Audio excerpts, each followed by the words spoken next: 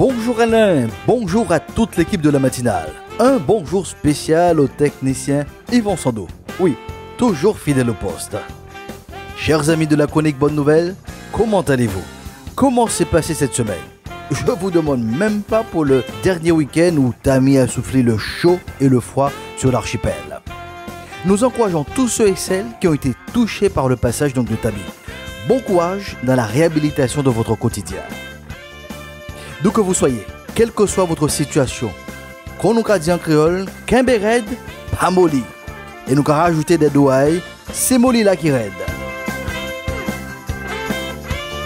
Le 17 octobre dernier, c'était la journée mondiale du refus de la misère. Selon les chiffres de l'INSEE, 11% de la population guadeloupéenne est dans une extrême pauvreté, alors que dans l'Hexagone, il est donc à 2%. Dans sa globalité, la pauvreté concerne un tiers de la population, toujours bien sûr selon l'INSEE. Dans cette session, le pasteur Josias tient à encourager toutes les personnes qui se retrouvent dans cette situation de misère, de pauvreté, ceux qui ont du mal à joindre les deux bouts, ceux qui ont du mal à finir et bien donc le mois. Je veux vous encourager durant cette session avec le regard du Christ sur les pauvres. Je veux aussi encourager toutes les personnes engagées dans des associations qui luttent contre la misère, la pauvreté, l'exclusion. Tous ceux qui donnent de leur temps, de leurs compétences pour aider, écouter, soutenir celui qui est dans une impasse, dans un moment difficile. Madame, monsieur, nous parlons bien de moments difficiles, car la misère, la pauvreté ne sont pas des fatalités. Elles ne doivent pas enlever la dignité de l'homme. Je propose d'écouter un extrait du titre « Misère », interprété donc par le groupe Forbi. Moi ka vwe moun an misère, pa ni l'amour ni un sourire pour clairer kè en moi. Gade yon maman ka pleure, souffrance on jeune peut pas parler. On en plongé à nan misère, nan maillot en ouest. Mande bon ti cœur qui passe, mi ti moun a ka souffert. Ouvert ti a yo papa, moi prier. Paraît-il la sans fait ailleurs, qu'à laisser faire par sans la vérité. On nous baillons l'homme, mais c'est ça l'amour.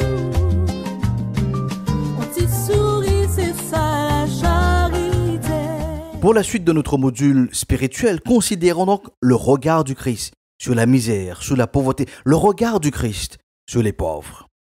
Une première vérité classique est donc à rappeler. Dieu n'est pas l'auteur de la pauvreté et de la richesse. En d'autres termes, le Dieu créateur n'a pas créé l'un riche et l'autre pauvre. Depuis le commencement, Dieu a créé l'homme ainsi que la femme en les bénissant, en leur donnant domination sur toute la création. Les inégalités sociales, les critères, les définitions de riches et de pauvres sont simplement les résultantes de la gestion de l'homme au travers du temps et de l'espace. Les scientifiques nous disent que la nature a la capacité de nourrir toute la population. Au cœur de cette classification, il y a donc l'égocentrisme de l'homme. Madame, monsieur, sachez que le Dieu de la vie ne fait point exception de personne, point de discrimination, point de favoritisme. Le riche et le pauvre sont logés à la même enseigne aux yeux de Dieu.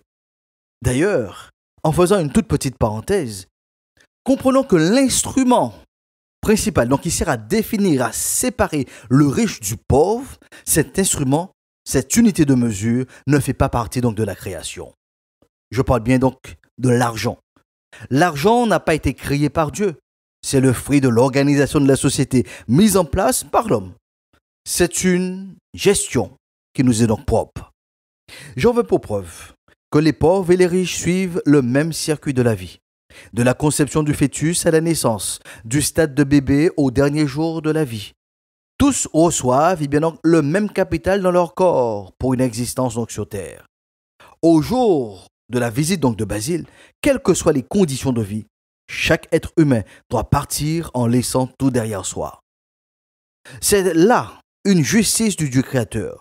Tout être humain vient nu, donc, dans ce monde, avec les mains vides.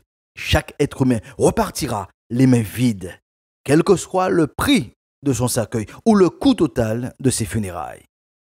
Nos cimetières nous rappellent donc de manière frontale cette vérité. Il est réservé donc aux hommes de mourir une seule fois. Gardons bien donc à l'esprit que l'argent en tant qu'instrument de séparation entre les hommes n'a pas été créé par le Dieu de l'univers. L'homme l'a inventé jusqu'à s'être rendu donc esclave de l'argent.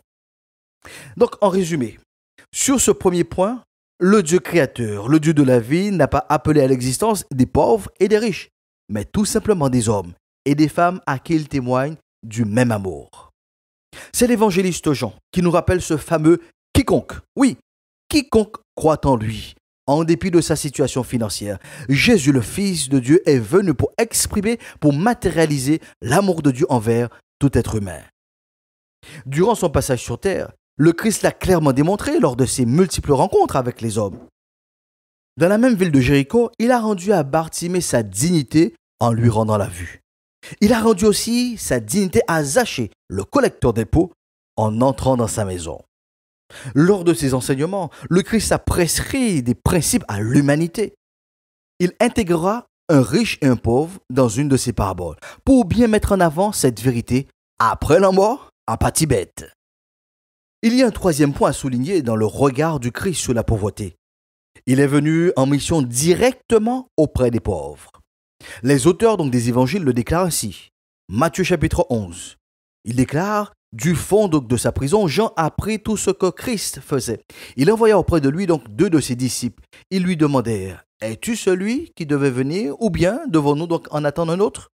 Et Jésus leur répondit: retournez auprès de Jean et racontez-lui ce que vous entendez, ce que vous voyez. Les aveugles voient, les paralysés marchent normalement, les lépreux sont purifiés, les sourds entendent, les morts ressuscitent. La bonne nouvelle est annoncée aux pauvres. En Luc le chapitre 4, l'évangéliste déclarera donc ce qui suit. Jésus se rendit donc aussi à Nazareth, où il avait été élevé, et il entra donc dans la synagogue le jour du sabbat, comme il en avait l'habitude. Il se leva pour faire donc la lecture biblique, et on lui présenta le rouleau du prophète Ésaïe. En déroulant le parchemin, il trouva le passage où il est écrit: l'Esprit du Seigneur est sur moi, car il m'a oint pour annoncer une bonne nouvelle aux pauvres. Il m'a envoyé pour annoncer aux captifs la délivrance, aux aveugles le recouvrement de la vue, pour apporter la liberté aux opprimés et pour proclamer une année de faveur accordée par le Seigneur. Il roula le livre, le rendit aux servants, et il s'assit. Dans la synagogue, tous les yeux étaient braqués sur lui. Aujourd'hui même, commença-t-il, pour vous qui l'entendez, cette prophétie de l'Écriture est devenue réalité. Avec la venue donc du Christ, cette parole des Écritures est devenue donc réalité. Le Christ affirme qu'il est venu pour annoncer la bonne nouvelle aux pauvres. Avant de s'attarder sur la mission du Christ envers les pauvres, harmonisons donc cette notion donc de pauvre. Jésus lui-même fera donc une déclaration choc. En Marc 14, verset 7, il déclare: car vous avez toujours les pauvres avec vous, et vous pouvez leur faire du bien quand vous voulez, mais vous ne m'avez pas toujours. Le Christ donc nous renvoie à notre organisation sociétale en affirmant que les pauvres sont toujours présents, quel que soit le siècle millénaire. Il nous fait comprendre que le changement de leurs conditions de vie est de notre ressort. Il précise bien que c'est dans notre volonté que nous pouvons refuser et lutter contre la misère. Juste avant de conclure sur ce point, un témoignage historique nous rappelle que l'une des raisons pour lesquelles Sodome et Gomorrhe ont été détruites par le feu, c'est à cause, et bien comme nous dit Ézéchiel 16, verset 49, voici quel était donc le crime de Sodome ta sœur. Elle et ses filles étaient devenues orgueilleuses parce qu'elles vivaient dans l'abondance et dans une tranquille insouciance. Elles n'ont offert aucun soutien aux pauvres et aux nécessiteux. Donc au-delà des statistiques, au-delà des critères pour définir, pour distinguer les pauvres des riches, la pauvreté est le résultat de notre propre gestion des ressources et des relations au sein de nos sociétés. La musique nous annonce les dernières secondes de notre chronique spirituelle. La bonne nouvelle, c'est que nous poursuivrons donc notre sujet, le regard du Christ sur les pauvres, lors de notre prochaine session, si nous sommes encore sur la terre.